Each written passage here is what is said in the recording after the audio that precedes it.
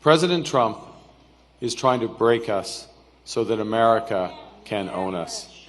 That will never ever happen. In a stunning and unprecedented move that's shaking global markets and alarming Washington, Mark Carney, the newly elected Prime Minister of Canada, has issued what he calls a final warning to the United States. His message: if President Donald Trump doesn't reverse his escalating tariffs on Canadian goods, Canada is prepared to unleash a massive $60 billion retaliation, with even harsher measures looming on the horizon. This isn't just political posturing. This is a declaration of economic war, coming from a nation that has long stood as America's most peaceful ally. Carney's rise to power signals a dramatic shift in the Canada-US relationship. Known for his global financial expertise and no-nonsense stance on economic nationalism, Carney is wasting no time redefining Canada's position on the world stage. What does this mean for global trade? And more importantly, what consequences could this hold for the future of North America? Could Canada truly afford to turn its back on the United States? Or is this bold threat a carefully calculated strategy to force a change? Before we dive into the details, don't forget to subscribe to the African Web and ring the bell icon, so you never miss any breaking stories impacting the global south and beyond. The tensions between the United States and Canada have been brewing for years. President Trump's aggressive America First trade agenda has targeted long-standing allies, and Canada has found itself squarely in the crosshairs. Tariffs have been slapped on key Canadian exports: aluminum, steel, lumber, and agricultural goods, all under the guise of protecting American industries. This economic assault sparked immediate backlash from Canada, which responded with targeted tariffs of its own, primarily affecting US steel, food products, and consumer goods. But these earlier skirmishes pale in comparison to what Carney is now threatening. The battle lines have been drawn, and this is no longer a quiet dispute behind closed doors. It's a full-blown economic standoff. What began as a policy disagreement is now an existential struggle over sovereignty, economic power, and political will. Mark Carney is not a career politician. He's a former central banker with deep expertise in global finance. His entry into politics has electrified Canadian voters and rattled traditional power structures. From his first day in office, he has made it clear Canada will no longer be bullied. Carney has proposed a sweeping plan to invest between $2 billion and $5 billion in domestic industries, aiming to insulate Canada's economy from US volatility. His government is already accelerating efforts to expand trade routes, improve local supply chains, and create alternative markets in Europe, Asia, and Africa.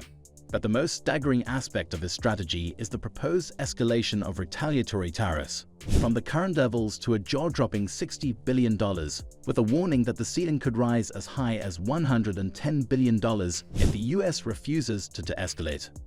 This isn't just about punishing the US, it's about reasserting Canadian strength in the global economy.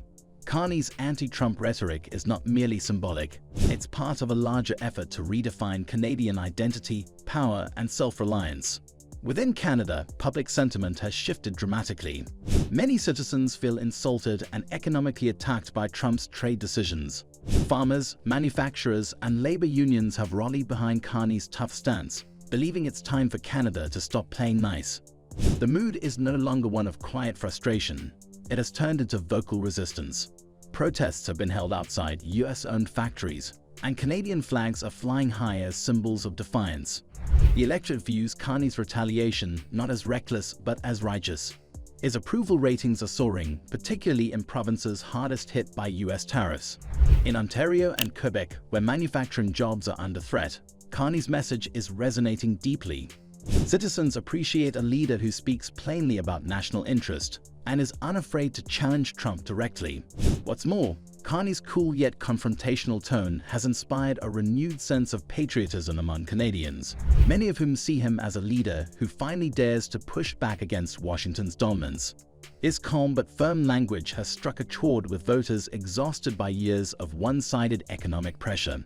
Could this rising nationalistic sentiment empower Carney to go even further in redefining Canada's role in global trade? Carney knows that retaliation alone is not enough. That's why his administration is rolling out a comprehensive trade diversification strategy. The goal: to reduce Canada's dependency on the United States, which currently absorbs about 75% of Canadian exports. That level of dependence, Carney argues, makes Canada vulnerable to political mood swings in Washington. To that end, his government is strengthening trade agreements with the European Union under the Comprehensive Economic and Trade Agreement, CETA, expanding partnerships across Asia, and looking to Africa as an emerging market for Canadian technology, agriculture, and energy products. Canadian exporters are being incentivized to explore these untapped regions, while the government redirects key energy exports, particularly liquefied natural gas, LNG, away from US buyers and toward European and Asian markets. Is Canada on the verge of building a truly global economic identity, independent of its powerful neighbor? Carney's strategy also hinges on two major economic weapons: the automotive sector and energy exports. Canadian-made auto parts are essential to American car manufacturing.